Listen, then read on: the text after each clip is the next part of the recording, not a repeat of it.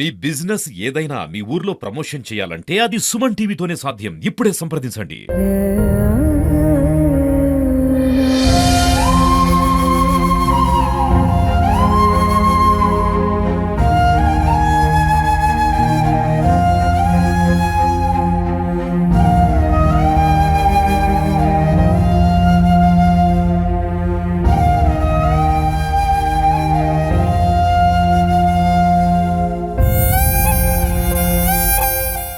Suman TV ప్రస్తుతం మా అబ్బాయిలో ఉన్నటువంటి చుట్టుపక్కల ఉన్నాం. చుట్టుపక్కల ఒక మహిళ వివాహం చేసుకుని ఒక మహిళ మాత్రం బాగా మౌనిక కొన్ని భర్తలో నుంచి తగాదాలు ఏర్పాటు చేసుకొని చిన్న చిన్న గొడవలకి మనస్పార్థం చేసుకొని ఇవాళ మధ్యాహ్నం భర్త లేని సమయంలో ఇంటి వల్ల వచ్చిన లేని సమయంలో మొత్తం ఇంట్లో పోలీసులు చనిపోయిన సంఘటన చూసాం. ప్రస్తుతం మనం స్పాట్ లో ఉన్నాం. ఇక్కడ నుంచి నిన్న ఈ టైం వరకు బాగానే ఉన్నాం. బయట మొబైల్ తిరిగి వచ్చినాం. మా బ్యాంకు పని ఉంటే చూసుకొని వచ్చినాము. ఇంటికి వచ్చినాము. మౌనిక మౌనిక మౌనిక మౌనిక ఎన్ని సంవత్సరాలు అవుతుంది? మాకు 6 సంవత్సరాలు అవుతుంది. ఈ ఊరేనా? మాది చిన్నగూడూరు ప్రాపర్. మా అత్తగారు వాళ్ళది ఖమ్మం వెంకటాయపాలెం. అయితే నైట్ బాగానే ఉన్నాము. పిల్లలకు తినిపించినాము. ఇక నాకు నిన్న ఫీవర్ వస్తుంది. నా ఓపిక లేకుండా నేను బెడ్ మీద వెళ్ళి పడుకున్నప్పుడు మా బాబు వచ్చి పక్కన పడుకున్నాడు. అయితే బాబాని పడుకోబెట్టని నా భార్య చెప్పింది. చెప్పిన తర్వాత పాప వచ్చేసి బాత్రూమ్ లో కూర్చున్నది. ఆ పాప ముడ్డు కడగమని ఆ వైపు చెప్తే నాకు హెల్త్ బాగాలేదు, మళ్ళీ అక్కడ వెళ్తే తడిస్తే నాకు ఇంకా జ్వరం ఎక్కువవుతుంది, అంటే నువ్వు అంట్లు దేమో గిన్నెలు దేమో నేను చూసుకుంటా అని చెప్పింది. నాకు హెల్త్ బాగాలేని చెప్తే మళ్ళీ అంట్లు గిన్నెలు అన్నీ ఎందుకు చెప్తావు, నాకు హెల్త్ బాగాలేదు అర్థం చేసుకో ప్లీజ్ అని చెప్పిన. అయితే ఆమె వచ్చేసి ఇక మా బాబు లేచి ఏం చేసిందంటే మళ్ళీ వాళ్ళ మమ్మీ దగ్గరికి వెళ్ళి ఆ వాటర్ బాటిల్ నైట్ తాగడానికి బెడ్ మీద పెట్టడానికి 3 బాటిల్ ఒకేసారి తీసుకొని వచ్చిండు. వచ్చిన తర్వాత ఒక బాటిల్ బెడ్ మీద పడ్డది, మొత్తం వాటర్ కింద పడ్డది. నేను తడిచిన. అయితే ఒకేసారి 3 బాటిల్ ఎందుకు పంపించినావు, నేను ఫీవర్ వస్తుందని చెప్పిన, ఆయన మొత్తం తడిచిన, ఎందుకు అట్లా చేస్తున్నావు అంటే నాకు వచ్చి బాగా తిట్టింది. వేస్ట్ ఫెలో, నువ్వు కొజ్జా, మా భాషలో కొంచెం వేరే విధంగా తిట్టింది. తిట్టిన తర్వాత అట్లా ఎందుకు తిడుతున్నావు, అందరు చుట్టుపక్కల వాళ్ళు వింటున్నారు అని నేనేం చేసిన, నెట్టేస్తే బెడ్ మీద పడ్డది. బెడ్ మీద పడి 2 కాళ్ళతోని నా ఛాతీ చెస్ట్ మీద కొడితే నేను ఇట్లా వెనుక గోడ మీద పోయినా.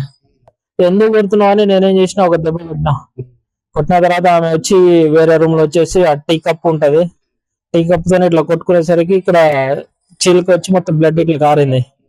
కారిన తర్వాత వాళ్ళ మమ్మీకి వాళ్ళ తమ్ముడు ఫోన్ చేసి ఫోటోలు పెట్టింది నేను కొట్టానని. కానీ నేను నిజంగా వాస్తవంగా నేను కొట్టలేదు, నేను ఎంత బాగా చూసుకున్నాను నాకు తెలుసు. తర్వాత వాళ్ళ మమ్మీ నాకు ఫోన్ చేసి, మా అత్త బాబు నువ్వు కొట్టా ఉంటా, ఎందుకంటే అత్తమ్మ నేను కొట్టలేదు, ప్రతిసారి నన్ను బ్లాక్ మెయిల్ చేస్తుంది, 10 మందిలో తిరిగేటోనే ఇజ్జత్ ఇస్తుంది, కొంచెం మీరు చెప్పండి, నా హెల్త్ ఇంపార్టెంట్ తీసుకోవట్లేదు, అసలు నేనంటే ఇష్టమే లేకుండా బిహేవ్ చేస్తుంది ఇంట్లో అంటే. మా అత్త ఏం చేసి, నువ్వు కొట్టినావంట, తల పగలు కొట్టినావు అంటే, లేదు అత్తమ్మ ఒకసారి అడగంటే మా అత్తమ్మ మళ్ళీ ఫోన్ చేసి అడిగితే, లేదు నేనే కొట్టుకున్నా, కోపంలో కొట్టుకున్నా అని చెప్పింది. చెప్పిన తర్వాత బెడ్రూమ్ లో వెళ్ళి డోర్ వేసుకున్నది. నేను 2-3 గంటలు బయటనే ఉన్న పిల్లలతోనే. నాకు ఒక సైడ్ సివరింగ్ వస్తుంది, ఫీవర్ వస్తుంది. అయితే బెడ్ డోర్ తీది అంటే మా అత్తమ్మకి చెప్పిన, అత్తమ్మ డోర్ తీయట్లేదు మీరేనా చెప్పండి అంటే, ఆమె ఫోన్ చేసి ఆమె ఫోన్ ఎత్తట్లేదు. అప్పటి నుంచి ఆమె ఫోన్ ఎత్తట్లేదు. ఇక నైట్ 12కి డోర్ తీసింది. మేము 4 అక్కడే పడుకున్నాం. నేను పడుకున్న తర్వాత పొద్దున్న 8 లేచిన. తీసింది డోర్ తీసి మేము మళ్ళీ బెడ్ మీద 4 పడుకున్నాం. పడుకున్న తర్వాత పొద్దున నేను 8 లేచి చూస్తే మా మిస్సెస్ ఈ రూమ్ లో పడుకున్నాను, పక్క రూమ్ లో పడుకుంటే నేనేం చేసిన అంటే, ఇక పోయి ఇక మళ్ళా డిస్టర్బ్ చేస్తే మళ్ళీ గొడవ స్టార్ట్ అవుతుంది ఎందుకని నేను ఫ్రెష్ అప్ అయ్యి బ్రష్ చేసుకొని డ్రెస్ వేసుకొని బయటికి వెళ్తుంటే మా ఇంటి దగ్గర డ్రాప్ చేయమని అన్నది మా భార్య. అయితే నేను డ్యూటీ పెట్టుకున్నా, డ్యూటీ మధ్యాహ్నం కల్లా క్లోజ్ చేసుకొని నేను మధ్యాహ్నం వచ్చి నేను డ్రాప్ చేస్తా అంటే, లేదు నాకు ఇప్పుడు డ్రాప్ చేయని నా కార్ కీస్ గుంజుకున్నది. గుంజుకున్న తర్వాత మా అత్తకు ఫోన్ చేసిన, అత్తమ్మ ఇట్లా చెప్తుంది, మీరైనా రండి లేకపోతే నేనైనా డ్రాప్ చేస్తామా, మీ ఇబ్బంది పెడతాను, మస్తు టార్చర్ తట్టుకోలేకపోతున్నా చెప్తే మా అత్త ఏం చేసిందంటే, మా మామనే తీసుకొని వస్తా నేను డ్యూటీకి వెళ్ళిండు ఏం కాదులే అని చెప్తేసరికి నేను అత్తమ్మ నా వల్ల కాదులే నేను మధ్యాహ్నం తీసుకొచ్చి వదిలేస్తా అని చెప్పిన. సరే బాబు అన్నది. అయిన తర్వాత నేను డ్యూటీకి వెళ్ళిపోయినా. అయితే ఆ మధ్యలో ఆ టైంలో ఏంటిదంటే ఆల్రెడీ ఆ రూమ్ లో వెళ్ళి అన్ని ప్రయోగాలు చేస్తుంది. ఆ తాడు తీసుకోవడము, చీర తీసుకోవడం అని చేసేసరికి నేను ఏం చేసిన, నాకు ప్రతిసారి అట్లా ఇంట్లో చిన్న డిస్కషన్ అయినప్పుడు ప్రతిసారి చేయి కోసుకోవడము, ఆ సిరప్ తాగడము, లేకపోతే ఆ నెయిల్ పాలిష్ తాగడం మొత్తంలో మీ ఇద్దరి మధ్య తలసరి గొడవ జరిగింది. జరిగేది. మా అత్తమ్మకి చెప్పిన, మా ఇక్కడ మన హౌస్ ఓనర్ కూడా తీసుకొచ్చి సార్ ఇట్లా ఇబ్బంది పెడుతుందంటే మా ఓనర్ నేను మొబైల్ మొత్తం తిరిగి ఎత్తుకొని వచ్చినాం. అట్లా సింగిల్ గా వెళ్ళిపోయేది, అందరిని వదిలేసి, మమ్మల్ని పిల్లల్ని వదిలేసేది, నన్ను వదిలేసి అందరినీ వదిలేసి వెళ్ళిపోయేది బయటికి. మా ఓనర్ తీసుకెళ్లి సార్ నా వల్ల వెళ్ళలేదు సార్ రండి సార్ అంటే మా ఓనర్ వచ్చారు లక్ష్మణరావు అని పక్కన, ఆ బండి వేసుకొని తిరిగితే కొంచెం మా మిసెస్ ని తీసుకొచ్చి నా కౌన్సిలింగ్ ఇచ్చారు.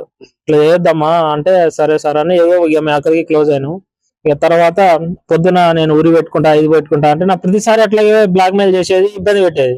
ఇక సరేనే సర్లే కదా అని నేనేం చేసిన అన్ని తీసి అన్ని కట్ చేసి నేను డ్రాప్ చేస్తాను, నేను డ్యూటీ పోయి మధ్యాహ్నం వస్తాను అని నేను అది అంతా వాళ్ళ అక్క కూడా వీడియో కాల్ చేసిన, నువ్వైనా చెప్పు వదిన ఇట్లా మీ చెల్లె బాగా ఇబ్బంది పెడతా అంటే ఆమెకి ఎన్నిసార్లు చెప్పినా వినదు బాబు, ఎవరు చెప్తే వాళ్ళ మీద అరుస్తుంది, అది మా ఊర్లో కూడా అట్లాగే జరిగింది, కొంచెం ఆమె డిఫరెంట్ మెంటాలిటీ అని వాళ్ళ అక్క చెప్పింది.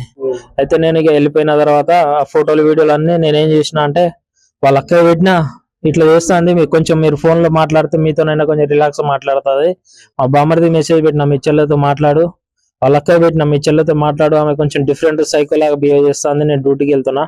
నేను మధ్యాహ్నం వచ్చి మా బామ్మర్ది చెప్పిన ఒక 3 నెలలు ఇబ్బంది పెడతాను, మీ ఇంట్లో వదిలేస్తా, ఆమె ఎప్పుడైతే మైండ్ వాష్ అవుతుందో అప్పుడు మళ్ళీ డ్రాప్ నేను తీసుకొస్తా అని మా బామ్మర్ది కూడా చెప్పిన.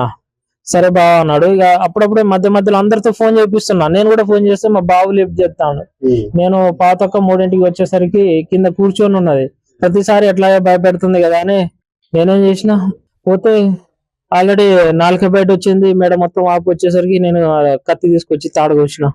వస్తే ఇక నా వల్ల అట్లే మా బామ్మర్దికి ఫోన్ చేసి గోపాల్ ఇట్లా అయిందిరా అంటే ఇక వాడు అరుస్తున్నాను, ఇక వాడు ఏడుస్తున్నాడు. మా అన్న ఫోన్ చేస్తే ఇక నాకు ఏం తోచక నేను ఒక్కనే అయిపోయినా.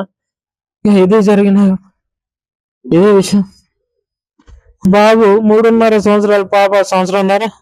ఇప్పుడు నేను అగ్రికల్చర్ డిపార్ట్మెంట్ అంటే మన ఫెర్టిలైజర్ దాంట్లో ఎరిస్ అగ్రో లిమిటెడ్ కంపెనీలో జాబ్ చేస్తున్నా.